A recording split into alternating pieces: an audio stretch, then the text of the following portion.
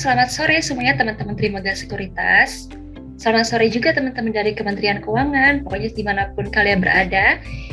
Selamat bergabung sore hari ini di webinar Potensi Safe Haven Aset di Era Pemulihan Ekonomi, di mana kita akan mempersembahkan juga akan menjelaskan tentang ORI 21. Sudah bergabung bersama saya hari ini, tamu kehormatan saya nih sore hari ini, ada Ibu Wulandari Fujiastuti dari Direktorat Surat Utang Negara DJPPR Kementerian Keuangan, dan juga ada Pak Fahrul Fulvian, Chief Economist and Head of Fixed Income Research Trimegah Sekuritas. Halo Bapak, Ibu semuanya. Halo, selamat sore Mbak. Apa kabarnya? Alhamdulillah. Alhamdulillah. Sore begini sehat ya. Semoga kita semua sehat ya. Ya, betul. Amin. Ini hari ini bakal menarik banget sih Bapak Ibu, karena kita selain ngebahas lebih ke market outlook, kita juga akan ada Bu Wulandari yang akan menjabarkan tentang ORI 21. Nah, kenapa sih kita dari Trimegah memilih judul ini nih Bapak Ibu? Potensi Safe Haven Aset di Era Pemulihan Ekonomi. Karena yang kita tahu nih, kalau boleh aku share sedikit, jadi kan kalau misalnya lagi krisis financial market atau keadaan market lagi goyang, itu kan misalnya pas COVID outbreak kemarin, itu investor itu akan cari asset substitute yang kualitasnya aman dan juga dia berkualitas tinggi yang disebut safe haven asset, dan mereka itu performanya akan bagus pada saat keadaan market lagi volatile. Betul ya Pak Fahrul? Kalau salah please correct me Pak ya. Nah, selain itu nih Bapak dan Ibu, kalau di saat yang lainnya lagi pada jatuh, itu biasanya safe haven asset itu dia bisa memaintain value-nya dia pertama. Terus kedua, dia lebih di-appreciate. Dan ketiga, performanya naik terus nih pada saat krisis. Nah, kalau misalnya kemarin pas kita ada baca-baca, pas lagi zaman COVID outbreak kemarin, itu salah satu safe haven asset yang performanya bagus di Singapura, di Vietnam, Indonesia termasuk itu ada gold, ada emas. Di US itu udah terkenal banget pasti US Treasury ya Bapak Ibu, soal harga negaranya mereka. Kalau di Indonesia itu apa sih? Itu nanti kita bisa kulik sedikit dari pendapatnya Pak Fahrul juga Ibu Wulan, dan keadaannya sekarang nih Bapak dan Ibu, Indonesia lagi di era pemulihan ekonomi. Nanti kita bakal lihat ya, ini market update-nya nanti Pak Fahrul akan share sedikit, karena 2 hari yang lalu Bu Sri Mulyani info nih ke kita, kalau seandainya neraca perdagangan kita sedang surplus, itu kinerja ekspor kita lagi bagus tuh pertama. Itu akumulasinya sampai 35,34 miliar US dollar. Cadangan devisa kita itu sama aja kayak 8 bulan impor barang dan jasa. Jadi Indonesia nih keadaan ekonominya lagi kuat banget. Nah, aku nggak sabar untuk share dan juga introduce our speakers today. Dimulai dari Pak Fahrul, nanti akan kasih kita market outlook, dilanjutkan oleh Bu Wulandari. Pak Fahrul, boleh aku kasih tempat dan waktunya Pak untuk sharing-sharing kita? Mulai Pak Fahrul. Oke, ini aku langsung sharing ya? Yes Pak. Iya, oke, saya izin dulu mau share screen, oke. Oke, mudah-mudahan udah kelihatan ya? Sudah Pak. Sudah jelas. Oke, terima kasih. Oke, selamat sore. Assalamualaikum warahmatullahi wabarakatuh. Waalaikumsalam. Ya, terima kasih atas waktu yang diberikan, dan juga pada kali ini saya akan coba sedikit paparan singkat ya tentang kira-kira kondisi ekonomi dunia itu udah mulai bagaimana sih sekarang kondisinya. Ini summary dari apa yang kita lihat akan terjadi di tahun 2022, dan juga kita juga udah harus lihat forward apa yang akan terjadi ke tahun 2023. Nah, tren yang kalau rekan-rekan semuanya pada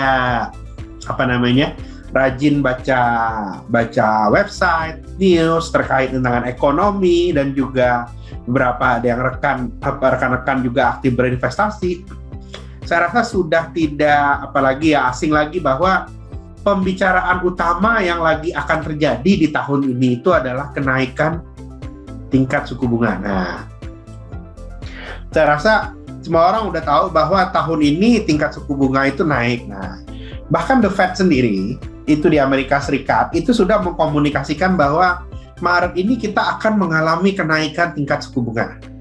Tingkat suku bunga akan kemungkinan mengalami kenaikan. Nah, lalu hal yang berikutnya lagi itu mulai terjadi di sisi global. Kita lihat itu fiscal support itu mulai diminish nih arahnya. Nanti juga fiscal support diminish ini artinya gimana? kan sudah 2 tahun ya, 2020 dan 2021, seiring dengan krisis COVID-19, perekonomian di dunia di mana-mana ditopang oleh belanja pemerintah. Karena di tahun 2022 ini adalah tahun perbaikan ekonomi, support dari belanja pemerintah itu turun, kira-kira seperti itu. Jadinya bagaimana? Memang kalau kita lihat dari perekonomian, hal yang harus kita lihat akan menyokong ekonomi kita ke depan itu bukan lagi dari magnitudo belanja pemerintah. Belanja pemerintah yang sudah tinggi 2 tahun terakhir harus pindah ke sisi yang kita lihat itu sebagai bagian yang lebih konsolidatif dan menurunkan defisitnya. Jadinya kita lihat sektor ekonomi domestik yang harus menjadi pendorong dari berbagai macam negara di dunia. Nah, apalagi hal yang lagi diperhatikan di dunia sekarang ini, ada yang namanya stagflation. Nah, stagflation ini menjadi atensi penting juga. Stagflation ini apa? Jadi orang di seluruh dunia lagi takut. Lagi ada yang namanya supply chain disruption. Supply chain disruption itu contohnya kalau kita biasanya beli handphone, produsen handphone yang biasanya mendapatkan banyak material harganya terjangkau, berbagai macam material, berbagai macam komoditas, dan juga berbagai macam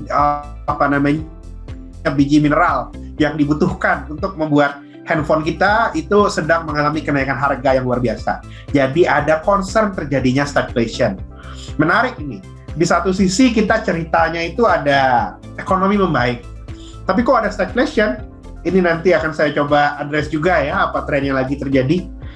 Lalu juga di tahun 2022 ini hal yang kita lihat adalah bahwa performa dari emerging market itu akan outperform developed market. Ini yang kita lihat dari sisi pertumbuhan ekonomi. Kalau kita dengar dari target dari Bank Indonesia dan pemerintah, itu melihat tahun ini pertumbuhan ekonomi kita akan cenderung di atas 5%. Itu yang sama-sama kita harapkan. Nah, dan hal lain yang harus kita lihat juga, bahwa harga komoditas di kondisi saat ini akan normalize di level yang tinggi. Jadinya, seperti cerita tadi ada supply chain disruption, susah ngirim barang, jadinya kurang barang, sementara rakyat itu, masyarakat itu kemana-mana sudah pengen keluar, kan? Belakangan sudah nggak tahan lagi di rumah lagi, sehingga mereka belanja, barangnya kurang, harganya naik, dan harga-harga komoditas ini akan cenderung tetap tinggi. Itu kira-kira tema yang kita lihat ada di sisi global. Lalu, apa di sisi domestiknya yang kita lihat? Yang kita lihat itu, sisi domestiknya, kita lihat itu adanya, ini saya mau teknis ekonomi sedikit ya, I-Core atau efisiensi perekonomian Indonesia bisa ada perbaikan, dan harga komoditas yang tinggi membuat Indonesia bisa tumbuh di atas 6% di tahun 2022. Itu mungkin pandangan Trimegah yang jauh lebih optimistis daripada pandangan pasar. Nah, lalu apalagi yang harus kita perhatikan di tahun ini? Di tahun ini kita lihat likuiditas itu akan remain ample. Nah, menarik ini. Katanya The Fed mau naikin suku bunga. Terus kenapa likuiditasnya remain ample? Karena di sisi lain, kenaikan suku bunga The Fed yang terjadi pada tahun ini, terjadinya itu bersama dengan tingginya harga komoditas. Sehingga ekspor, seperti yang tadi sudah di-mention juga oleh Mbak Gloria ya, bahwa Ibu Sri Mulyani bilang, Indonesia sekarang sedang surplus. Nah, surplus ini masih akan menjadi support untuk liquidity di Indonesia. Dan karena itu kita lihatnya resiko fiskal itu cenderung turun, pendapatan pemerintah cenderung tercapai, sudah mulai terjadi di tahun 2021 dan akan terjadi di tahun 2022. Tapi kita harus sadar juga dengan ekonomi yang membaik itu, inflasi di Indonesia arahnya sudah akan meningkat. Dan interest rate di akhir tahun juga diekspektasikan akan meningkat. Nah, kita dari Trimegah sendiri itu melihat bahwa tingkat suku bunga di akhir tahun ini dari Bank Indonesia akan naik sebanyak 50 basis point. Tidak perlu ngejar the Fed untuk Indonesia pada tahun ini. Karena ada beberapa keistimewaan yang kita dapatkan. Ini nanti akan kita bahas selanjutnya. Itu tren-tren penting yang kita lihat di perekonomian baik dari dalam dan luar negeri. Trennya mungkin untuk investasi obligasi yang harus kita lihat adalah ini sudah mulai memasuki tren kenaikan tingkat suku bunga ya. Oke, mungkin saya banyak teknis, saya mau cerita dari mungkin polisinya The Fed. Di Amerika Serikat sendiri itu kalau kita lihat ekspektasinya itu udah mau naik ke berapa kali. Ini kalau kita lihat dari Fed Fund Futures itu sudah pricing in sekitar 4-5 kali ya kenaikan Fed Fund rate hike. Jadinya akhir tahun ini yang di Fed rate 2022 itu udah di sekitar 0,86. Jadi kemungkinan pasar sih tidak kaget lagi kalau ada 4 atau 5 kali kenaikan Fed rate. Itu yang kita lihat lagi terjadi di pasar belakangan ini ya. Nah, lalu apa yang harus kita waspadai? Nah, ini juga nih. Untuk rekan-rekan investor itu lihat bahwa harga komoditas itu masih akan cenderung tinggi, dan interestingly harga komoditas tinggi itu biasanya mensupport Indonesia. Kenapa harga komoditas termasuk yang berhubungan dengan energi itu cenderung tinggi sekarang? Karena memang ada yang namanya itu pemotongan investasi ini contohnya data oil and gas ya. Investasi sektor oil and gas itu sudah sangat rendah, sementara harga konsumsi non-renewable energi ini sudah kembali lagi ke level pre-COVID, sehingga mau nggak mau harganya itu naik bersamaan juga dengan harga batu bara, harga nikel, dan lain sebagainya.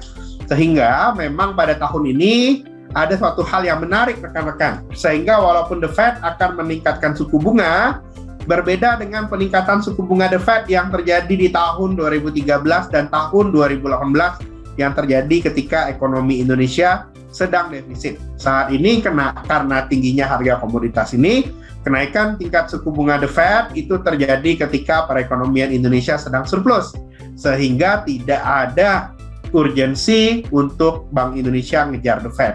BI akan naikin bunga, tapi lebih karena inflasi dalam negeri kita sendiri, bukan karena The Fed, karena sisi eksternal kita itu sangat terjaga belakangan ini. Kalau kita lihat, memang nilai tukar rupiah tidak terlalu banyak bergerak, walaupun kekhawatiran akan kenaikan Fed Fund rate hike, tapering, dan juga balance sheet unwinding itu terjadi. Sehingga di sini kita melihat bahwa kalaupun ada kenaikan interest rate dan ada pengaruh ke pasar obligasi Indonesia, memang harga pasar di obligasi di Indonesia di tahun 2022 ini sudah mencapai puncaknya, tapi volatilitasnya sebelakangan terlihat tidak terlalu besar. Nah, lalu inflasi Indonesia sebenarnya sekarang berapa rekan-rekan? Aku ambil 2 proxy di sini. Mungkin kita sama tahu kemarin udah keluar data CPI inflation di bulan Januari itu ada di 2,18 atau 2,2%. Itu memang inflasi barang konsumsi saja. Inflasi dari barang-barang konsumen. Inflasi dari harga harga beras, telur, minyak goreng yang harganya belakangan ini mendatangkan banyak diskusi di kalangan masyarakat. Itu memang kenaikannya belum terlalu cepat, tapi kalau kita lihat yang biru, garis yang biru ini rekan-rekan, ini adalah another form of inflation di Indonesia, yaitu adalah GDP deflator. Ini adalah inflasi keseluruhan, bukan barang konsumen aja. Inflasi harga bahan bangunan, rekan-rekan, terus kalau rekan-rekan punya toko juga inflasi raw materialnya, juga inflasi inflasi barang-barang yang berhubungan dengan international trade, harga komoditas itu yang kelihatan. Dan kalau kita lihat per kuartal 3 kemarin, inflasi PDB deflator kita sudah 7,3% year on year. Sehingga mau tidak mau dalam waktu yang panjang ataupun pendek, kita sudah harus ekspektasikan kenaikan inflasi akan muncul ke Indonesia. Nah, bagaimana kita untuk mengatasi inflasi?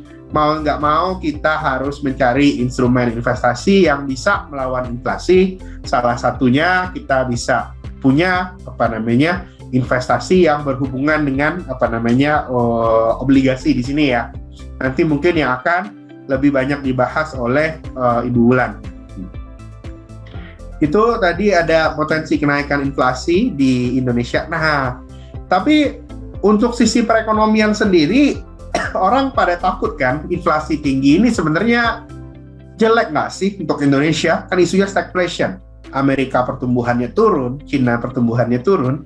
Tapi fakta menarik yang ingin saya sharing dengan rekan-rekan di sini, dalam kejadian stagflation terakhir kali itu ada fenomena stagflation itu tahun 70-an. Waktu Presiden Amerika Serikat Jimmy Carter menjabat. Pada waktu itu Jimmy Carter mengatakan inflasi adalah musuh dari perekonomian. Waktu itu ekonomi Amerika memang kesulitan, tapi jangan salah. Pada periode seperti itulah pertumbuhan ekonomi Indonesia berada pada fase yang tumbuhnya tercepat sejak kita merdeka. Pada era 70-an, ketika terjadi stagflation, ketika Indonesia masih jualan minyak, pada waktu itu rata-rata pertumbuhan PDB Indonesia bisa sampai ke 7,5% di era tahun 70-an.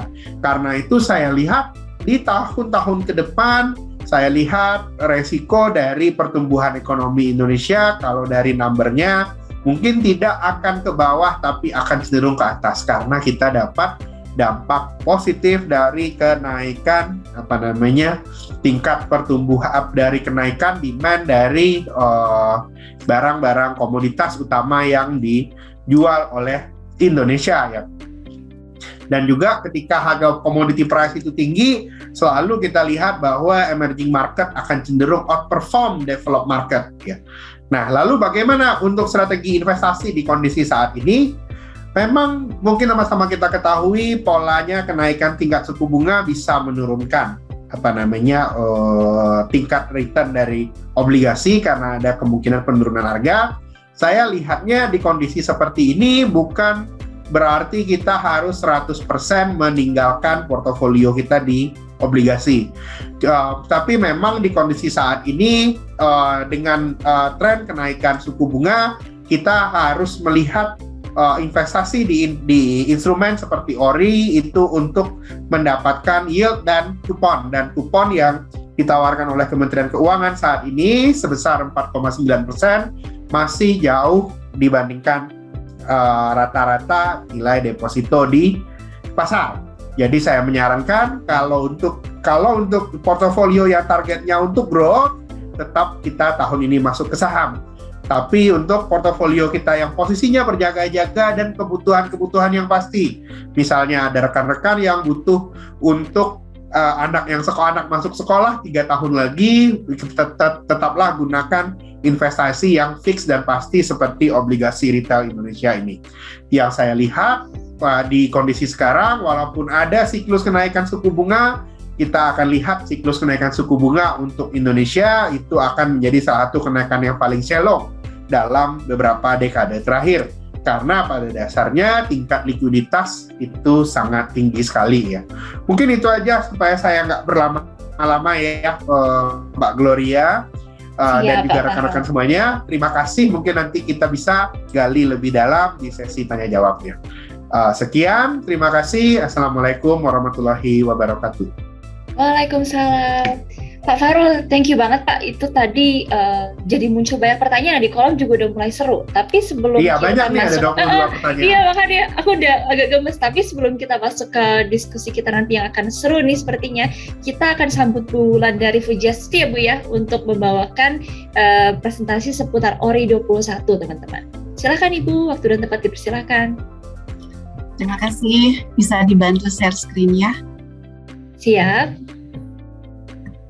Oke, sebelumnya sudah terlihat jelas. Terima kasih Mbak Gloria. Sebelumnya terima kasih nih kepada tim Megah yang sudah mengundang saya di kesempatan sore hari ini.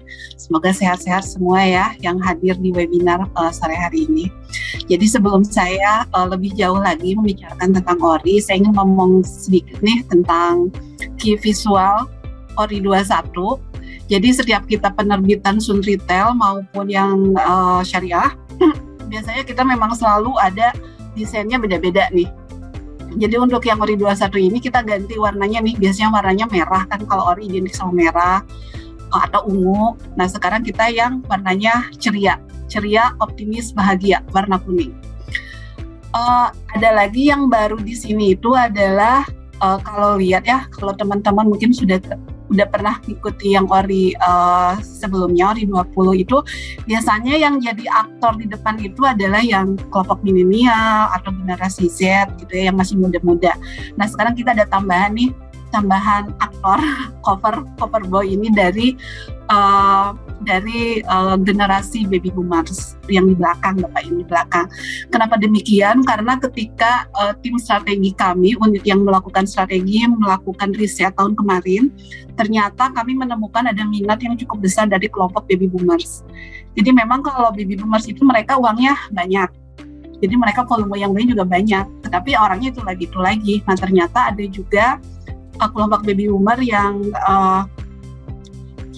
dananya mungkin mereka tidak terlalu banyak. Biasanya ini mereka contohnya PNS yang mau pensiun, yang ingin mempersiapkan untuk masa pensiunan nanti. Nah mereka ternyata juga tertarik untuk berinvestasi di ORI. Makanya untuk yang ORI 21 ini, selain kita ganti suasana nih warnanya jadi lebih ceria, kita juga tambah lagi nih target investornya untuk yang kelompok baby boomers. Jadi kalau teman-teman di sini mungkin ada orang tuanya atau kenalannya, boleh diajakin juga ya nanti untuk berinvestasi di ORI 21. Untuk next slide-nya, mohon maaf ini slide yang keduanya ini agak berat karena saya akan ngomongin tentang APBN dulu. Jadi apa sih hubungannya APBN sama ORI 21? Saya kesini kan pengen dengerin investasi, kenapa jadi hubungannya sama APBN? Nah tenang, nanti saya akan jelasin. Pertama, ini adalah poster kita APBN untuk 2022. Jadi setiap tahun ini APBN ini ditetapkan di tahun sebelumnya. Jadi APBN 2002 ini sudah undang-undangnya sudah diundangkan pada Oktober tahun lalu. Di mana angka-angka yang ada di sini, pendapatannya berapa, belanjanya berapa, defisitnya berapa, termasuk asumsi-asumsi makronya berapa, itu sudah merupakan kesepakatan antara pemerintah dengan DPR. Jadi ini angkanya nggak cuma ujuk-ujuk tiba ada gitu, enggak ya. Jadi ini prosesnya hampir setahun kita intens melakukan diskusi dengan DPR sehingga muncullah angka-angka ini. Jadi APBN 2002 ini ditujukan untuk meneruskan dukungan terhadap pemulihan ekonomi. Teman-teman tahu kenapa kita ada pemulihan ekonomi? Karena kita terjadi pandemi yang dimulai dari 2020. Tahun 2020 yang lalu ya. Sementara kebijakan APBN sendiri ini masih kita fokus yang fleksibel dalam merespon ketidakpastian. Tadi sempat sama Pak Fahrul disebutkan bahwa kondisi keuangan global itu saat ini kan masih volatile gitu ya. Dan APBN ini makanya kita harus buat fleksibel. Jadi setiap ada goncangan kita harus langsung menyesuaikan sehingga pemulihan ekonomi di dalam negeri ini tetap dapat sesuai dengan tujuannya. Kemudian kan kita masih belum tahu ya akhir pandemi COVID ini kapan. Tahun lalu kita ada varian Delta. Tahun ini ada lagi varian baru Omicron. Malah saya dengar ada lagi varian sister Omicron BA2 kalau nggak salah. Dan apalagi per hari kemarin ya kasusnya kan malah naik lagi ya sampai 27.000 kasus hariannya. Kemudian kalau kita lihat nih di sebelah kiri di gambar neraca, ini menunjukkan postur APBN secara umum, di mana terlihat bahwa ada pendapatan sebesar 1.846 triliun, kemudian di sisi lainnya ada belanja negara sebesar 2.714 triliun. Nah, fokus belanja ini kita masih di penanganan kesehatan, khususnya untuk menangani COVID ya teman-teman, dan juga program-program untuk pemulihan ekonomi yang terdampak karena pandemi. Kemudian karena kita lihat nih, jumlah pendapatannya kan ternyata lebih kecil, masih lebih kecil dari belanja negara. Jadi itu kalau neracanya kan berat sebelah ya, berat ke belanja.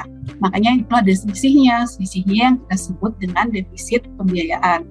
Defisit ini untuk tahun 2022 di APBN ini ditetapkan sebesar 868 triliun atau jika kita bandingkan dengan PDB itu sebesar 4,85% terhadap PDB. Jadi kalau dibandingkan dengan realisasi tahun 2020 dan tahun 2021 ini sudah menurun. 2020 itu menyampai 6,14% defisitnya. Kenapa? Karena waktu itu kita ada pandemi, kita harus segera butuh dana banyak untuk mengatasi pandemi. Makanya waktu tahun 2020 defisitnya sangat melebar sampai ke 6,14%. Kemudian untuk 2021 kita defisitnya di 4,65%. Sebenarnya sebelum pandemi ini dari 2019 ke belakang, untuk defisit ini kita set di 3%. Jadi tidak boleh melebihi dari 3%. Itu sesuai dengan ketentuan yang tertuang dalam Undang-Undang Keuangan Negara. Namun ketika pandemi datang tahun 2020, pemerintah harus segera mengambil langkah kebijakan yang extraordinary. Karena kan sebenarnya pandemi ini juga kejadian yang extraordinary juga kan ya. Sehingga kemudian di tahun 2020 itu pemerintah merubah rujukan legalitas, rujukan hukumnya dengan menerbitkan Undang-Undang Nomor 2 Tahun 2020 di mana angka defisit itu bisa melebihi 3%, tetapi hanya boleh selama 3 tahun saja. Jadi defisit bisa di atas 3% itu mulai dari tahun 2020, 2021, dan tahun ini adalah tahun terakhir. Jadi nanti tahun depan, tahun 2023, defisit akan dikembalikan ke 3%. Nah, semua pembiayaan APBN ini dari mana sih? Yang defisit ini nih, yang 868 triliun ini, kita dapatnya dari mana? Kalau pendapatan negara kan utamanya kita dapat dari pajak. Nah, kalau pembiayaan defisitnya dari mana? Jadi kalau kita melihat lagi ke Undang-Undang APBN, sebenarnya untuk sumber pembiayaan APBN itu ada 5. Ada dari pembiayaan utang, pembiayaan investasi, pemberian pinjaman, kewajiban penjaminan, dan pembiayaan lainnya. Namun memang dari kelima poin itu, yang utamanya itu adalah dari pembiayaan utang. Jadi proporsinya itu sangat dominan untuk yang dari utang. Nah, utang pemerintah tersebut utamanya adalah dalam bentuk surat berharga negara atau SBN dengan proporsinya kurang lebih 85%. Jadi defisit pembiayaan yang dari pembiayaan utang itu 85% itu dari SBN, sedangkan sisanya sekitar 15% itu dari dalam bentuk pinjaman. Pinjamannya juga macam-macam, ada pinjaman multilateral, dari pinjaman program, pinjaman proyek, dan lain sebagainya. Kemudian apa nih hubungannya dengan ORI 21? Nah, jawabannya ada di slide selanjutnya. Di slide selanjutnya ini menunjukkan tentang diagram SBN. Jadi kita mulai dari sisi sebelah kiri dulu ya. Tadi disebutkan kan bahwa sumber pembiayaan APBN itu utamanya dari SBN, sekitar 85% pembiayaan utangnya. Nah, ORI 21 ini merupakan salah satu instrumen dari SBN. Jadi sebenarnya SBN itu banyak sekali serinya, jenisnya. Nanti saya jelaskan ya. Nah, kita mulai dari sisi sebelah kiri. Kalau misalkan kita lihat dari apa ya? Dari hukumnya apa ya? Jadi SBN itu ada yang sifatnya konvensional, itu namanya surat utang negara atau SUN, dan ada yang berbasis syariah atau SBSN. Tapi biasanya sih kita kan agak ribet ya kalau ngomong SBSN. Biasanya SBSN ini dikenal dengan nama sukuk. Kemudian dari sisi tenornya, tenor ini waktu sampai dia jatuh tempo. Ada yang namanya obligasi negara, ada yang namanya SPN atau surat perbendaharaan negara. Obligasi negara ini adalah semua seri SBN, khususnya SUN ya, yang mempunyai tenor lebih dari 12 bulan atau lebih dari 1 tahun. Sedangkan yang tenornya kurang dari yang tenornya sampai dengan 12 bulan itu namanya adalah surat perbendaharaan negara. Kemudian kita lihat lagi nih dari mata uangnya, ada yang valuta asing dan ada yang rupiah. Dominasinya sekarang kita masih fokus yang rupiah ya dibandingkan yang falas. Untuk yang falas kita sudah menerbitkan dalam mata uang USD, Euro, dan JPY. Kemudian dari sisi tingkat kuponnya nih, untuk yang falas semua kuponnya fix. Jadi tetap. Untuk yang rupiah selain yang fix juga ada yang bentuknya mengambang atau variable rate. Ini mengikuti pergerakan tingkat suku bunga yang biasanya disesuaikan setiap 3 bulan. Kemudian kita nih mulai yang paling kanan ya, yang ungu. ada yang jenisnya Sun itu ada yang jenisnya reguler, ada yang jenisnya retail. Kalau reguler itu ketika pertama kali diterbitkan di pasar perdana, ketika pemerintah pertama kali menjual, itu siapapun boleh beli. Dari investor asing boleh beli, dari bank, dari perusahaan sekuritas seperti Trimegah itu boleh beli. Individu juga sebenarnya boleh beli, tapi biasanya mereka nanti tertahan dengan karena harga unitnya yang lumayan mahal, jadi jumlah investor individu atau retail yang beli Sun reguler ini relatif kecil. Nah, untuk memfasilitasi hal tersebut, untuk memfasilitasi investor retail yang ingin berinvestasi di SBN, makanya pemerintah menerbitkan yang namanya Sun Retail. Jadi Sun Retail ini untuk yang konvensional ya, sampai saat ini pemerintah sudah menerbitkan 2 seri. Ada 2 seri yaitu SBR dan ORI. Bedanya kalau SBR itu tidak dapat diperdagangkan. Jadi kalau kita udah beli ya udah kita simpan aja, kita keep sampai nanti jatuh tempo. Kalau ORI dia tenornya lebih panjang. Kalau SBR cuma 2 tahun, kalau ORI 3 tahun, tetapi dia dapat diperdagangkan di pasar sekunder. Kemudian next slide-nya ini mengenai tujuan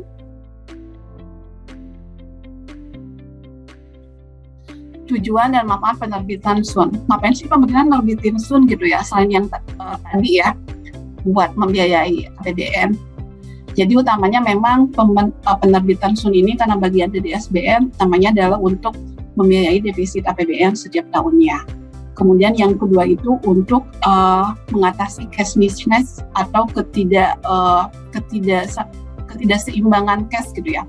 Dan biasanya yang digunakan itu adalah seri-seri yang tenornya di bawah 12 bulan, yang tadi SKN tadi. Jadi misalnya nih, ada terjadi kebutuhan kas yang meleset dari proyeksi. Misalnya butuh cashnya awalnya di bulan Maret, tiba-tiba ternyata jadi maju nih ke Februari, sedangkan pendapatan belum ada yang masuk di Februari.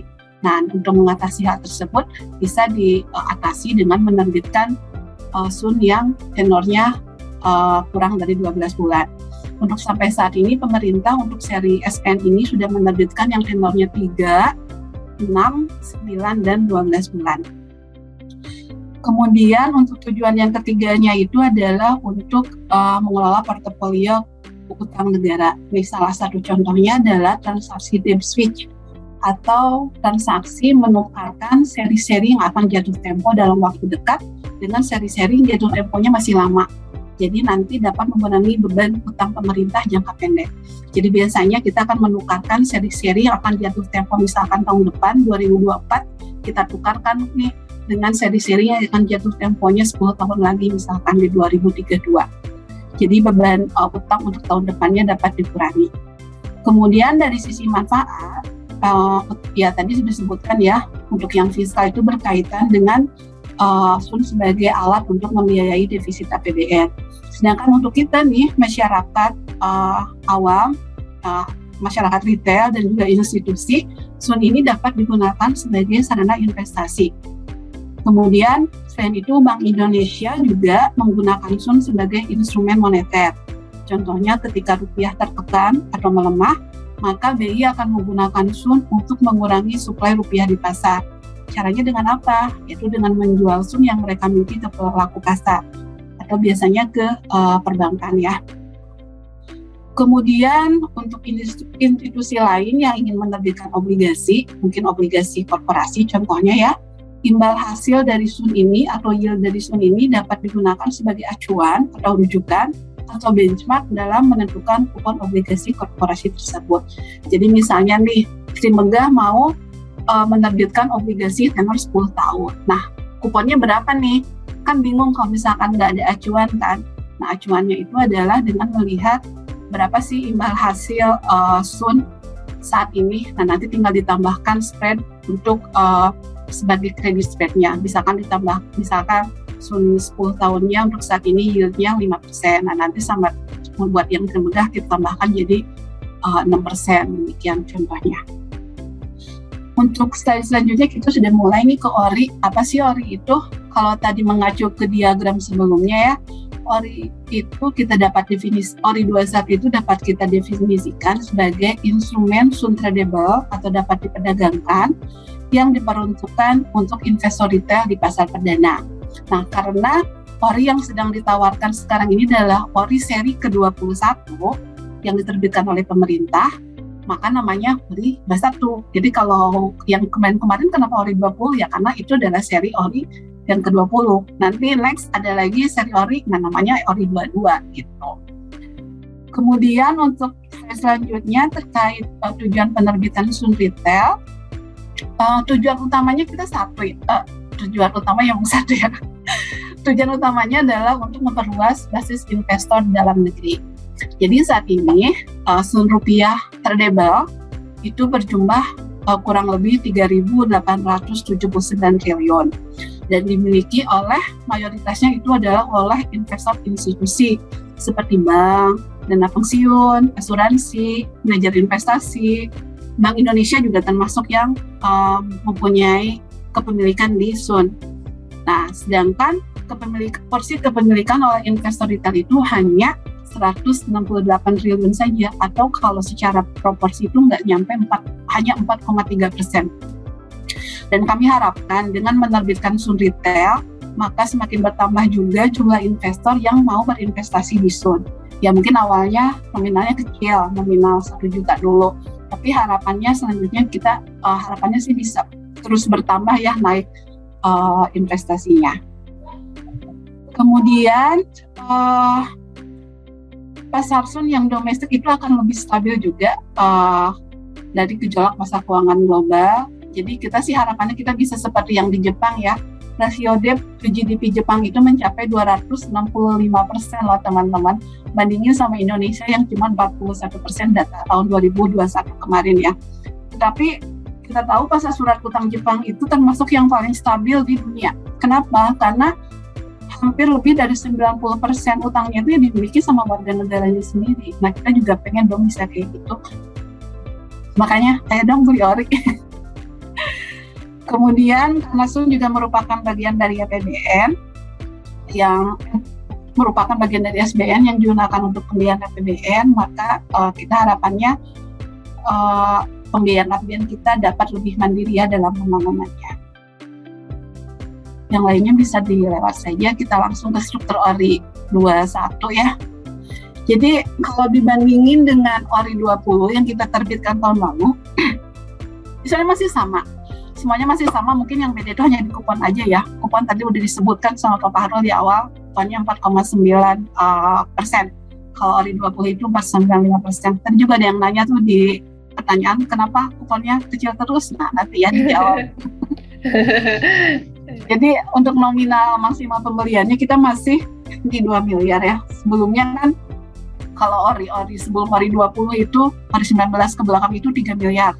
Malah pas awal di ORI 1, ORI 2 itu malah 5 miliar. Sekarang kita turunkan dengan jadi 2 miliar, harapannya jadi semakin banyak investor retail yang membeli ORI, jumlahnya semakin banyak. Jadi hubungannya dengan tadi kita ingin memperluas basis investor dalam negeri. Kemudian untuk periode masa penawarannya ini 25 hari dari tanggal 24 Januari, jadi udah kita masuk di minggu kedua ya, dan akan berakhir nanti 17 Februari 2022. Dan di masa penawaran ini juga akan ada jadwal satu seri Sun Retail yang akan jatuh tempo, yaitu SBR 9 di tanggal 10 Februari. Jadi kalau misalkan di sini ada teman-teman Trimegah nih yang punya SBR 9, mungkin bisa mempertimbangkan untuk reinvest dananya yang dari dari SBR 9 ini ke ORI 21. Kemudian ada selisih 4 hari dari tanggal masa penawaran ke tanggal penetapan. Jadi ini kita gunakan untuk rekonsiliasi data antara data dari MIDIS, dari Trimegah dan kawan-kawan dengan data sistem di ISBN. Jadi event itu semuanya kita semua udah dalam sistem ya elektronik, tapi tetap harus ada proses pengecekan atau cleansing secara manual. Kemudian nanti settlement-nya tanggal 23 Februari teman-teman, jadi nanti di tanggal 23 Februari ini baru nanti teman-teman dapat meminta bukti kepemilikan yang nanti boleh diminta ke masing-masing MIDIS. Atau biasanya MIDIS, masing-masing MIDIS juga udah ngasih dalam bentuk email ya, udah dalam bentuk email, jadi bentuknya itu udah warteg, tanpa warteg, jadi udah nggak ada lagi nih pakai surat kayak gitu. Kepemilikan Wulandari Pujiastuti, kepemilikan atas Ori 21 udah nggak ada kayak gitu, udah jadul banget ya. Kemudian kupon nih, kupon ini memang udah lebih kecil ya dari Ori kemarin hari 20 per 90 per tahun. Dan ini oke lah, ini kalau dari sejarah Sun Retail ini memang yang paling rendah. Kalau kita memperhitungkan yang syariah, sebenarnya yang syariah ada yang lebih rendah lagi, 4,8% itu yang ST8 ya. Tapi meskipun demikian, kalau kita bandingkan dengan rata-rata tingkat deposito rupiah di bank-bank domestik itu masih lebih menguntungkan loh. Yang rata-rata deposito itu cuma 3,4% dan pajaknya 20%. Kalau Ori ini bagian dari SBN itu pajaknya hanya 10%. Kemudian ada juga satu hal yang ingin saya highlight di sini di slide selanjutnya, itu terkait dengan jumlah kupon yang akan nanti diterima oleh investor. Boleh slide selanjutnya. Jadi kita sama seperti dengan penerbitan Ori sebelumnya, ada yang namanya minimum holding period, ini yaitu 1 kali pembayaran kupon. Jadi kan tadi settlement-nya itu tanggal 23 Februari ya, sedangkan kupon Ori itu kan dibayar setiap tanggal 15 setiap bulannya. Jadi seharusnya kan next kuponnya itu diterima tanggal 15 Maret. Tetapi kan dari tanggal 23 Februari ke 15 Maret itu nggak full 1 bulan, sehingga kalau kita hitung-hitungan kita nih, kupon yang nanti akan diterima oleh investor per 1 unit per 1 juta itu hanya jumlahnya 2.900-an. Dan kita juga hitung-hitungan nih, nanti juga bisa jadi malah habis untuk bayar admin misalkan gitu. Misalkan nanti ada pemindahan dana kan ke rekening dana. Jadi ya untuk yang kupon pertama ini akan digabungkan dengan kupon selanjutnya, maksudnya akan dibayarkan di next kupon, yaitu di tanggal 15 April. Jadi nanti pas tanggal 15 April, investor akan menerima sebesar Rp7.000 per 1 unit, tetapi nanti untuk kupon-kupon selanjutnya akan kembali lagi ke Rp4.083 per unit setiap bulannya. Ya. Oke, next cara membeli Ori ini sebenarnya mudah. Jadi untuk yang pertama ini registrasi ya. Registrasi ini bisa dilakukan sekarang sih mostly bisa dilakukan secara online dari sistem elektronik MIDIS-nya, yaitu dengan memasukkan informasi SID, rekening surat berharga, dan rekening dana. SID ini apa? Kalau saya nggak punya SID gimana gitu? Nggak apa-apa, nanti bisa dibantu oleh MIDIS-nya. Dan pembuatan SID ini biasanya nyampe 1 hari atau 2 hari ya, saya lupa. Betul bulan. Tapi bisa dilakukan secara online ya, Mbak Gloria ya. Ya, betul. Ya. Kemudian yang kedua itu setelah punya SID, kita langsung tinggal pesan. Udah pesan aja, misalnya saya mau beli 1 juta lewat tadi aplikasi MIDIS tadi. Nanti pesanan yang sudah verified, sudah terverifikasi akan mendapatkan namanya billing code. Mungkin kalau yang udah biasa beli online, ya belanja online tuh udah tau lah namanya billing code kayak apa ya. Nah nanti billing code ini yang akan digunakan ke dalam proses pembayaran. Proses pembayarannya juga kita mudah, bisa lewat ada 89 bank, pos atau lembaga persepsi yang menjadi saluran pembayaran. Bisa via teller, via ATM, internet banking, mobile banking, atau kanal lainnya. Kemudian yang terakhir adalah konfirmasi. Nanti investor akan menerima bukti konfirmasi pemesanan Ori 21 melalui sistem elektronik MIDIS-nya. Dari email, biasanya nanti dikirim via email yang terdaftar.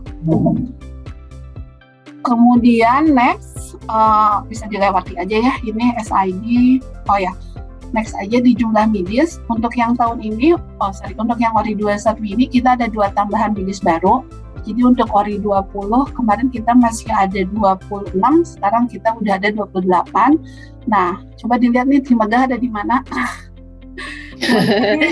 Karena perusahaan efek. Iya, di perusahaan efek, betul. Kemudian untuk channel pembayarannya tadi saya sudah sebutkan di next slide-nya ada 89.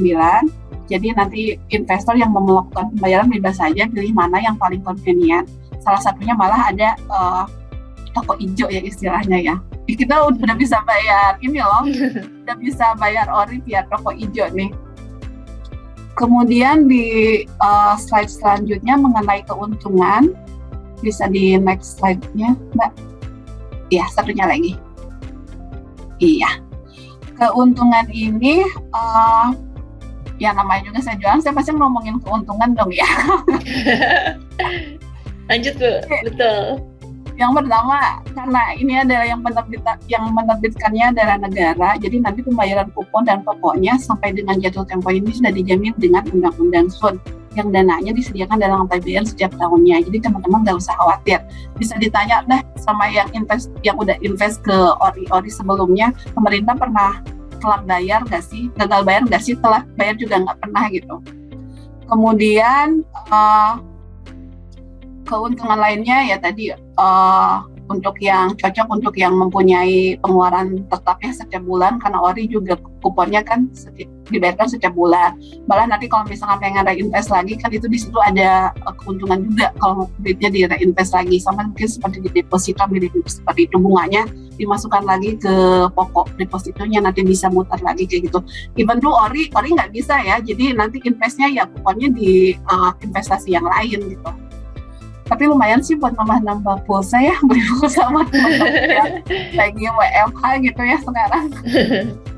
Kemudian karena semuanya sudah bukan online, jadi bisa dilakukan di mana saja dan kapan saja, 24/7, nggak peduli itu hari minggu atau weekend itu bisa, dan juga tidak terbatas dengan waktu jam kantor, jadi kapanpun bisa dilakukan. Kemudian juga terjangkau karena minimum pembeliannya hanya 1 juta dan kelipatan 1 juta sampai maksimal 2 miliar. Dan tentu saja kita bangga dong kalau beli ori, karena nanti kan ori buat bagian dari SBN yang buat menutupi defisit APBN. Jadi kita bangga dong, kita udah boleh dong bilang saya bisa 1 juta, saya udah bantu bangun negara loh gitu. Gak ada yang bisa menyalahkan, karena emang benar gitu. Betul. Kemudian dari sisi pajak, tadi di next slide-nya sudah disebutkan ya, pajaknya hanya 10% dibandingkan dengan deposito yang saat ini masih 20%. Risiko, ada keuntungan, ada risiko juga dong. Risiko itu boleh di slide selanjutnya, Mbak. Jadi untuk risiko ada beberapa yang bisa saya jelaskan di sini, utamanya sih ada 3. Yang pertama itu risiko, di next slide-nya lagi, itu adalah risiko gagal bayar. Ini risiko gagal bayar ini ketika investor tidak dapat memperoleh dana yang dijanjikan. Nah, investasi bodong itu adalah bentuk dari risiko gagal bayar ini. Jadi kita udah ngasih duit kita pinjaman ke si A, misalnya si A-nya pergi, nah udah nggak bisa bayar lagi. Kalau ori dijamin nggak akan ada risiko default itu, kecuali negara bangkrut ya, amit-amit. Tapi separah-parahnya juga, masa sih Indonesia bangkrut gitu, nggak mungkin banget kan ya. Kemudian risiko pasar ini, maaf Mbak, bisa di slide selanjutnya. Iya, risiko pasar ini karena ori ini dapat diperdagangkan, jadi dia nanti akan mengikuti harga pasar. Sama seperti minyak goreng kan sekarang harganya naik ya. Nah ini juga ori sama, kalau udah nanti udah diperjualbelikan di pasar, dia harganya bisa naik, bisa turun, bisa naik, bisa turun. Nah, nanti kesempatan nih investor kalau misalkan naik bisa dipertimbangkan untuk menjual. Kalau menjual dengan harga lebih tinggi dari harga belinya dari pemerintah, pemerintah kan jualnya nanti di harga 100 ya. Kalau misalkan nanti harga jual orinya ternyata di pasar jadi 110, misalkan kan lumayan dapat 10% dari per 1 unit ori. Kemudian risiko likuiditas, ini biasanya mereka nanya nih, kalau misalkan saya mau jual ori, apakah ada yang beli nggak sih? Jangan khawatir, karena pemerintah sudah mengantisipasi hal tersebut dengan mewajibkan nanti midisnya untuk membantu investor yang mau beli. Jadi yang mau jual. Jadi nanti investor kalau pengen jual ori bisa menghubungi midisnya masing-masing di midis yang sama ya, yang ketika beli. Jadi kalau beli di Trimegah, nanti hubungi Trimegah lagi. Kenapa? Nanti di Trimegahnya bisa tanya, ini harga jual ori berapa sih? Nah, tapi kalau misalkan, dan Trimegahnya nggak boleh bohong, jadi jangan bilang harganya 110, dibilangnya 105, nggak boleh ya. Iya, betul. Kemudian, ini bisa dilewat saja tentang kupon. Nah, untuk transaksi ori juga bisa dilewat juga sih ya nanti. Nah, ini pergerakan harga ori yang tadi saya sebut nanti. Ini bisa dilihat nih. Jadi untuk yang ori yang kita sekarang aktif di pasar sekunder itu ada 5, ori 16 sampai ori 20. Yang paling bawah itu ori 20 nih, grafiknya garisnya baru sedikit. Tapi yang ingin saya highlight di sini adalah pertama tadi seperti saya sebutkan bahwa harganya itu mengikuti mekanisme pasar. Jadi ada naik, ada turun, ada naik, ada turun. Tapi meskipun demikian, nanti harga ori ini, jadi kalau nanti harga orinya turun, jangan khawatir nanti harga orinya akan terus turun, karena nanti mendekati masa tanggal jatuh tempo harganya akan balik lagi ke 100. Malah ya, kalau saya punya uang nih, kalau saya boleh beli, karena saya nggak boleh beli Pak Fahrul dan Mbak Gloria, pegawai karena dari kementerian. Kalau harganya turun di bawah, misalkan harganya 90, saya mau beli, mau ngeborong. Kenapa? Karena dengan harga 90 saya dapat kupon yang sama dengan yang beli 100. Dan nanti ketika jatuh tempo pemerintah akan balikin saya 100. Jadi saya modal 90, saya nanti dapat dari pemerintahnya 100 dan kuponnya sama yang dibayarkannya dengan yang belinya di harga 110 misalnya, atau yang di pasar perdana.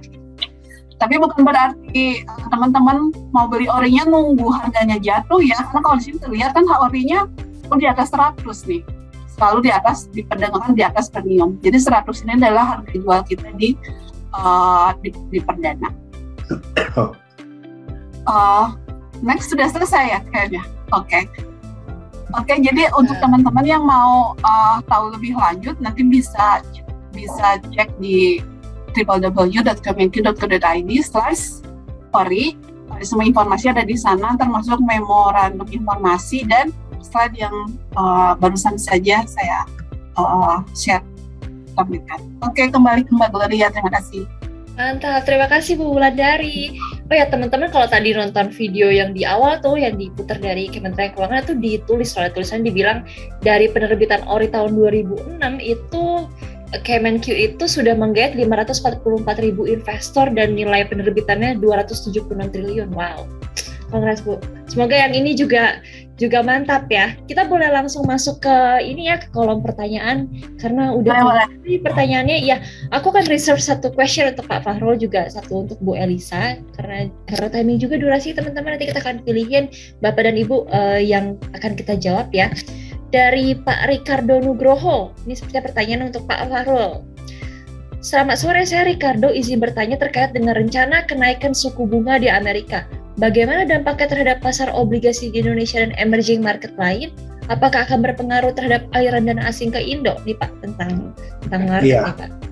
Nah, kalau terkait dengan kenaikan tingkat suku bunga Amerika Serikat, dampaknya itu ke Indonesia dan negara berkembang lainnya akan besar kalau perubahan tersebut belum diantisipasi sebelumnya. Kalau saat ini kenaikan tingkat suku bunga itu sudah diantisipasi, ada dampaknya, jadi nggak besar, tapi nggak besar. Di sisi lain, tadi kan ngomongin soal apakah itu akan mempengaruhi dana asing. Kalau saya lihatnya Indonesia, baik di pasar obligasi ataupun pasar saham, saat ini signifikansi asing itu semakin kecil. Contoh datanya adalah kalau dari kepemilikan asing di obligasi negara Indonesia sudah tinggal 18%. Kalau dari dulunya 40%. Jadi sudah terpotong lebih dari separuh. Jadinya kondisi akan kita lihat sampai akhir tahun ini pasar obligasi kita itu akan lebih banyak didorong oleh dana lokal dibandingkan oleh dana investor asing. Karena itu saya lihat adanya kenaikan The Fed itu dampaknya tidak sedalam yang terjadi di tahun 2018 dan tahun 2013 untuk pasar obligasi itu sendiri. Kira-kira seperti itu. Oke, mantap. Pak Fahrul, is it a good thing Pak kalau misalnya yang punya banyaknya orang lokal? Baik ya Pak ya? Ya, it is a good thing yang banyak orang lokal ya. Oke, nice. Sekarang pertanyaan untuk Bu Elisa. Dari Bu Elisa untuk Bu Wulan tentunya. Selamat sore kepada Bu Wulandari, mau tanya, dalam 1 tahun ada berapa seri ori, SR, SBR yang akan launching nih Bu? Jika memiliki salah satu jenis SUN, apakah sebaiknya kita simpan sampai jatuh tempo atau terima bunganya aja? Atau jika harganya naik bisa dijual dan di-reinvest ke jenis yang baru. Boleh kasih pandangan Ibu dari Ibu? Jadi untuk setiap tahun itu pemerintah sudah menentukan strategi pembiayaan. Jadi kita sudah ngeset berapa kita akan menerbitkan SBN di tahun berjalan. Saya ambil aja tahun 2002 gitu ya. Berapa yang kita terbitkan sekarang, kemudian komposisinya seperti apa. Yang falasnya berapa, yang rupiahnya berapa, yang syariahnya berapa, yang konvensional berapa. Itu semua ada hitungannya dari teman-teman strategi kami. Termasuk tadi Sun Retail dan Sukuk Retail itu kami sudah ada jadwal penerbitannya setiap tahun. Jadi kalau dulu sebelumnya itu kita nerbitinnya itu cuma 1 kali ORI dan 1 kali SBR, 1 kali SR dan 1 kali ST. SR sama ST itu yang syariahnya ya.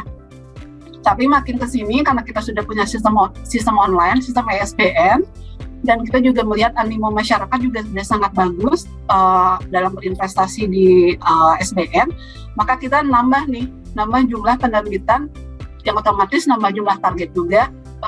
Proporsi di nominal pembiayaan tadi. Untuk tahun 2002 ini, saat ini kita lagi dalam masa penawaran ORI 21 yang konvensional. Nanti bulan depan itu akan, di bulan depan, akhir bulan ini, nanti akan yang syariah, ORI versi syariah, namanya SR16. Kemudian nanti di bulan April ada lagi syariah lagi namanya SWR, itu yang wakaf. Kemudian masuk bulan Mei, panjang ya, berepisode. Bocoran. Bulan Mei ada SBR 11. SBR 11 ini saudaranya ORI, tetapi dia yang tidak dapat diperdagangkan. Kemudian Agustus ada lagi SR 17. Nanti bulan Oktober seperti biasa, memang ORI itu awalnya diterbitkan setiap tahun itu bulan Oktober settlement-nya ya. Nanti bulan Oktober ada ORI 22, kemudian nanti ditutup dengan ST9 di bulan Oktober juga. Tapi settlement-nya di bulan November. Nah, tadi pertanyaannya, kalau misalkan punya ORI, investasi di Sun Retail mending di-keep atau dijual ya. Nah, kita lihat lagi nih portofolionya masing-masing. Kalau misalkan uangnya uang dingin gitu ya, daripada diendapkan di deposito, mungkin bisa milih ke investasi di yang non-tradable. Kalau yang preferensinya syariah mungkin bisa mempertimbangkan di ST. Tetapi kalau misalkan saya nggak masalah syariah atau nggak syariah, bisa mempertimbangkan di SBR. Kemudian kalau misalkan nih saya butuh uang, saya punya uang sekarang, tapi saya butuh nanti uang ini akan saya pakai misalkan tahun depan, gimana gitu. Saya menganjurkan mungkin bisa coba investasi di yang tradable, bisa di ORI atau yang kalau misalnya preferensinya syariah bisa yang di Sukuk Retail. Tahun ini memang ada beberapa kali kita penerbitan dan kuponnya juga nggak dijamin sama ya, jadi bisa lebih rendah dari ORI 21 sekarang, bisa lebih rendah dari 4,9 atau bisa lebih tinggi karena tadi kan memang ada potensi kenaikan suku bunga acuan Bank Indonesia. Potensinya tahun ini kalau nggak salah 50 basis point ya sampai akhir tahun ya Pak Hardo ya. Tetapi dari BI-nya sendiri kan belum tentu tahu kapan gitu ya naiknya karena masih mempertimbangkan juga situasi globalnya, termasuk yang Fed Fund-nya seperti apa. Fed Fund-nya juga sekarang ini kan proyeksinya liar, malah ada yang sampai saya baca itu sampai memproyeksi sampai 175 basis point di ada yang bilang 7 kali itu saya nggak tahu sih, saya sih nggak ikutan itu. Tapi market sekarang itu udah ready Mbak, market tuh udah ready lah. Belum ada yang pasti kan ya gitu. Iya. Belum ada yang pasti ya, benar sekali. Iya, jadi kalau menurut saya sih mungkin bisa dipertimbangkan untuk langsung invest aja di ORI 21. Nah, satu sisi lain, tadi ada pertanyaan juga ya, saya coba address. Haruskah kita nggak beli ORI? Nah, rekan-rekan yang juga harus dihitung adalah bahwa kalau kita nggak beli ORI-nya sekarang, ini kan juga ada rekan-rekan yang biasa beli ini ya, beli deposito sama instrumen suku bunga lainnya. Kalau nggak beli ORI-nya sekarang itu ada kerugian yang namanya itu kita nggak dapat accrued interest-nya. memang bisa jadi nanti ada rekan-rekan yang expect bunganya naik, mungkin aku expect-nya ya bunga itu baru naik itu second half. Berapa bulan nih? Bulan 2. Kalau misalnya beli yang bulan 2, bulan 3 udah nikmatin interest-nya ya Mbak ya? Ya kan? Yeah. Saya beli bulan 2, ini tanggal kupon pertamanya Maret kan ya? Tanggal kupon pertama Maret? Maret, April, Mei, Juni, aku lihat itu baru naik tuh bulan Juli, berarti kita harus ngitung kita kehilangan 4 bulan kupon. 4 bulan kupon, dan di satu sisi saya lihat juga kenaikan BI rate sekarang itu hal yang paling akan jadi yang selo banget. Di sisi ini saya lihat sih bisa jadi ya, walaupun memang ada potensi misalnya harganya itu geser, tapi kupon yang kita dapatkan dari beberapa bulan terakhir itu masih akan cenderung bisa positif. Itu juga hal yang harus kita pertimbangkan ya. Memang arahnya ini bunganya itu meningkat. Dan satu hal lagi yang harus kita ingat, Mbak Ulan tadi juga sudah menyatakan bahwa tahun ini dan tahun-tahun ke depan bahwa fiskal defisit kita cenderung turun ya Mbak. Kalau cenderungnya arahnya turun ke depan, supply ori-nya nggak banyak lagi. Bahwa kayak gini, Glo, apakah seluruh yang pesan ori 2 tahun lalu, setahun 2 tahun lalu dapat semua? Aku aja sempat pesan ori nggak dapat loh. Iya betul banget. Itu juga ada kejadian hal yang harus dikonsider juga. Bahwa ya memang kita bisa nanti bilang menunggu, tapi itu dia tuh 2 halnya yang aku lihat. Kita belum tentu dapat barangnya lagi, dan juga belum tentu juga itu dalam 4 bulan terakhir itu kita bisa dapat terutama yang senang investasi fixed income ya, tidak bisa dapat itu interest yang setara gitu dengan 4 bulan yang kita let go. Itu kondisinya yang harus dikonsider juga gitu. Kira-kira seperti itu. Kalau memang rekan-rekan banyak yang kelebihan likuiditas dan ada spending yang pasti, misalnya yang kayak saya ceritain untuk tabungan pernikahan, tabungan sekolah anak dan lain-lain, 3 tahun lagi tenornya selalu matchingkanlah dengan instrumen ori. Kira-kira seperti itu kalau dari saya ya untuk menjawab itu. Ini soalnya common memang. Karena memang orang juga pada nanya kan, ini kenapa kalau bank masih pada beli obligasi padahal tahu nanti bunganya naik. Karena ternyata tidak sesederhana itu juga. Ada hal yang lain, ada yang namanya opportunity cost, kita tidak pegang barang. Mungkin rekan-rekan yang trading dan biasa investasi tentunya lebih paham ya. Betul. Nah. Karena setiap kali diperdagangkan di pasar sekunder, ori itu harganya always premium ya Pak Fahrul ya. Ya bulan. Di pasar sekunder dia harganya bagus sekali. Iya, memang pernah ada seri ori berapa, saya lupa. Ini memang harganya sempat jatuh. Tapi waktu itu jatuh karena nggak lama setelah kita nerbitin seri ori itu ternyata suku bunganya memang naik. Tapi waktu itu nggak berlangsung lama, harganya langsung ribuan naik lagi. Jadi nggak lama sih. Betul. Kemudian tadi nambahin yang Pak Fahrul sebutin nih tadi, Pak Fahrul bilangnya tadi nggak dapat ori ya, ori seri berapa tuh kalau boleh tahu? Soalnya aku pernah nggak dapat ori itu Mbak. Ori 21 ini juga. Ori 21 ini ketika kita launching tanggal 24 Januari lalu, kita set target awal itu 15 triliun. Iya. Dan sekarang itu udah hampir melewati, tadi per pukul 3 itu yang masuk itu, yang completed order itu udah 14,85 triliun, dan plafonnya batas atasnya targetnya kita udah naikin dari 18 triliun. Tapi bukan berarti nanti kalau animonya tinggi pemerintah akan ikutan naikin terus, enggak, kita tetap ada target maksimalnya. Karena tadi kan disebutin ada beberapa lagi seri SBN retail yang akan terbit tahun ini. Jadi si target di setiap penerbitan, setiap seri itu juga udah ada hitungannya berapa maksimal yang bisa diterbitkan oleh pemerintah.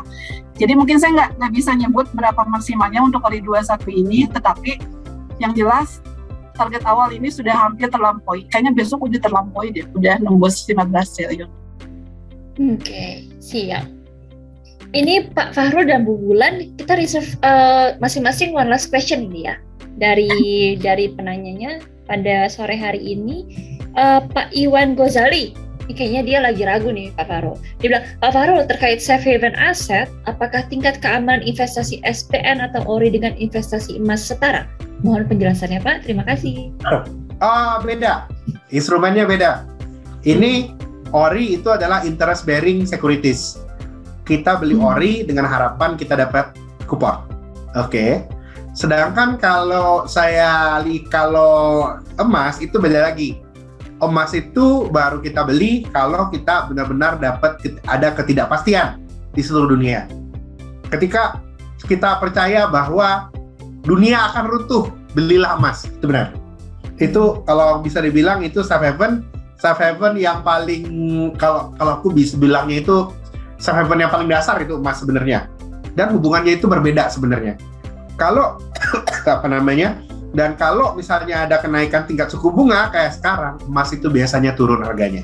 Itu yang aku aku coba kasih sharing di kondisi sekarang ini. Dan di kondisi seperti saat ini, ada era pemulihan ekonomi, safe haven aset yang masih akan dihargai orang, itu adalah yang masih memberikan yield-nya.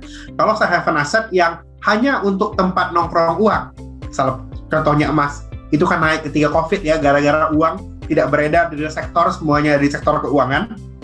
Nah, yang kejadian ke depannya itu adalah reverse dari apa yang kejadian di 2020 dan 2021. Segala hal uang itu balik lagi ke real sektor, sehingga emas yang tadinya diuntungkan karena kenaikan demand, tiba-tiba saja gara-gara orang ketakutan, sekarang trennya sudah balik. Jadinya aku tidak menyarankan untuk punya emas di kondisi sekarang ini. Saya bearish emas, bearish kripto pada tahun ini. Segala hal yang merupakan proksi dari likuiditas berlebih, orang nggak belanja, diam di rumah, 2022 selesai. 2022 kita sudah berusaha hidup normal kembali. Kita sudah back to work, benar ya Mbak Wulan ya? Kembali lagi ke kenyataan. Kita hidup lagi. Iya, betul. So, agak terjawab ya Pak Iwan Ghazali tadi statement dari research-nya Trimegah nih Pak Iwan. Sekarang pertanyaan terakhir untuk Bu Wulan ya. Untuk Bu Wulan dari Pak Pandu nih Bu Wulan. Selamat sore semua, saya Pandu. Saya mau bertanya, tadi Bu Wulan menjelaskan bahwa tahun ini tahun terakhir untuk mewajari defisit sampai 6% dan akan dibalikan menjadi 3% lagi. Apakah dari hal tersebut mempengaruhi dari kupon rate-nya? Terima kasih. Oke, terima kasih pertanyaannya. Defisit, jawabannya tidak ya. Jadi soalnya kalau mungkin sekaligus saya tadi Anda lihat ada beberapa pertanyaan yang nanyain kenapa sih kupon ORI-nya atau kupon SBN retailnya turun terus. Jadi teman-teman semua, mungkin saya sambil share juga. Jadi antara defisit sama penentuan kupon itu dua hal yang berbeda. Ketika kita menentukan kupon itu kita nggak ngelihat defisit kitanya berapa, defisit negaranya berapa. Mau defisitnya 10% pun kuponnya nggak akan ikutan 10% karena penentuan kupon itu mengikuti level yield imbal hasil pasar, ya? Yang aktif yang saat ini ya, yang ada di pasar saat ini. Jadi untuk kenapa sih ORI 21 ini kalau dibandingkan dengan ORI 20 kemarin kuponnya diturunkan menjadi 490, kemarin kan 495 ya. Yang pertama itu, karena yang pertama kita lihat dulu nih, Sun Retail yang tenornya mirip dengan ORI, yang saat ini ada di pasar, imbal hasilnya berapa? Waktu itu kita memakai suku acuannya itu FR81 kalau nggak salah, jatuh temponya bulan Juni 2025 ya kalau nggak salah. Nah, jadi kita lihat itu tuh levelnya berapa. Jadi kalau misalkan levelnya di 4%, kan nggak mungkin kita langsung jadi 5%, bisa kena sama BPK nih tim yang nentuin kuponnya, bisa di jadi ya. Kemudian yang kedua, kenapa sih kita berani menurunkan? Yang pertama kita melihat minat investor terhadap ORI sebelumnya itu sangat tinggi. Jadi kita pede dengan kupon per 9 kita dapat memperoleh target yang dibebankan kepada kami dari unit strategi. Jadi 49 kami rasa masih cukup menarik untuk investor berinvestasi di ORI, dan kami juga optimis dapat mencapai target. Terbukti kan per hari ini kita sudah hampir melewati target penerbitan ORI 21 di awal. Ya, kemudian kami juga sebenarnya ingin mengedukasi juga masyarakat sih, Mbak Gloria dan Pak Fahrul. Jadi sebenarnya supaya nanti supaya teman-teman semua juga nggak expect untuk kupon ORI atau kupon Sun Retail atau SBN Retail lainnya terus naik. Jadi mereka bisa tahu nih bahwa kupon ori dan kupon retail itu adalah mengikuti pergerakan imbal hasil di pasar gitu. Betul. Jadi kita sebagai edukasi juga ke teman-teman semua. Betul. Nice. Luar biasa diskusi kita. Terima kasih Bu Wulan dan Pak Fahrul. Sekarang kita masuk di kuis nih, bentuk apresiasi untuk teman-teman yang sudah mengikuti kita tadi discuss dari 16.30. Jadi akan ada 3 unit teori masing-masing sebesar Rp1.000.000 untuk cepet-cepetan jawab kuis nih. Jadi nanti dari Pak Fahrul akan kasih pertanyaan satu yang gampang-gampang aja ya Pak Fahrul dan Bu Wulan. Nanti siapa yang paling cepat untuk ketik di kolom jawaban, dia yang akan mendapatkan 1 unit teori masing-masing. Ada 3 orang pemenang ya. Mungkin satu pertanyaan pertamanya boleh dari Pak Fahrul, Pak. Nanti siapa yang balas cepet-cepetan di kolom chat, dia akan menang yang paling nomor 1. Pak Fahrul, question ya Pak Fahrul untuk teman-teman sore ini. Oke, question dari saya, sebutkan nama bank sentral di Amerika Serikat. Woi, teman-teman siapa? Ya, kita banyak banget. Wah. Aduh, siapa tuh yang duluan? Siapa tadi yang duluan? Siapa yang duluan? Yang duluan siapa nih? Sebentar ya, kita cek dulu. Oke. Ibu Elisa. Wah, luar biasa. Ibu Elisa. Oke, Ibu Elisa. Oke, Ibu Elisa untuk pemenang ori 1 unit ori 1 juta ya Bu Elisa. Terima kasih Bu. Sekarang pertanyaan kedua dari Bu Wulan. Oke, saya tentang ori aja kalau gitu ya. Iya. Nah, ini pertanyaannya gue dikomplain nih ya, agak susah dong, ada yang minta pertanyaan susah tuh. Ori 21 saat ini sedang dalam masa penawaran dari tanggal 24 Januari sampai 17 Februari dengan minimum pemesanan 1 juta dan maksimal 2 miliar. Pertanyaannya, berapa besaran kupon ori 21? Waduh, coba nih. Waduh, oke. Itu banyak banget ya teman-teman. Kita lihat yang pertama ya. Yang pertama ketik siapa tuh tadi di atas, sebentar ya. Kita cek dulu masing-masing. Oke. Tadi bakal ada yang bilang yang pertanyaan agak susah dong dia bilang gitu. Ini yang jawab nomor 1 adalah Pak Iwan Ghazali. Luar biasa. Oke, sekarang pertanyaan dari saya. Ini saya bingung nih mau tanya apa.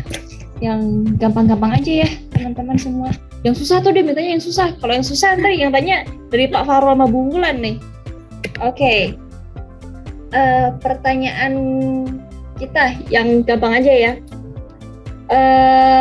Penerbitan ori pertama di tahun berapa teman-teman? Wih, dari tahu. Oke. Jawabannya. Nah ini kamu agak susah nih pertanyaannya. Tapi ada yang tahu loh Pak. Ada yang tahu ya? Oke. Ada di video soalnya kan? Iya benar-benar. Yang jawab nomor 1 Pak Stefan. Congratulations untuk. Oke, jadi sudah ini ya, sudah selesai kuisnya, sudah ketemu dengan 3 orang pemenang kita sore hari ini. Terima kasih untuk apresiasinya yang sudah bersama dengan kita, diskusinya juga menarik banget untuk waktunya Bu Wulan dan Pak Fahrul. Yang sibuk saya tahu kalian berdua sibuk sekali, tapi ada meluangkan waktu untuk diskusi kita sore hari ini. Terima kasih semuanya. Demikian dari webinar Ori 21 bersama dengan Trimegah dan Kementerian Keuangan DJPPR. Terima kasih untuk waktunya untuk teman-teman, dan kita bisa bertemu di webinar selanjutnya. Dan Trimegah Sekuritas juga ada, kalau kalian tertarik untuk membahas tentang investasi, itu setiap hari Jumat jam 16.30 itu Trimegah di Instagramnya ada buat investor. Jadi kita akan undang speaker-speaker, ahli-ahli tentang investment yang bisa diajakin untuk diskusi bareng dengan moderator dari Trimegah Sekuritas. Kita bisa berjumpa lagi di next time ya. Semoga Bu Wulan sama Pak Fahrul sehat selalu. Thank you banget. Iya, terima kasih, luar biasa sore hari ini. Oke, kita boleh pamit ya. Teman-teman semuanya, teman-teman Trimegah dan juga teman-teman dari Kementerian Keuangan, semuanya kita mohon pamit diri. Selamat sore dan happy weekend.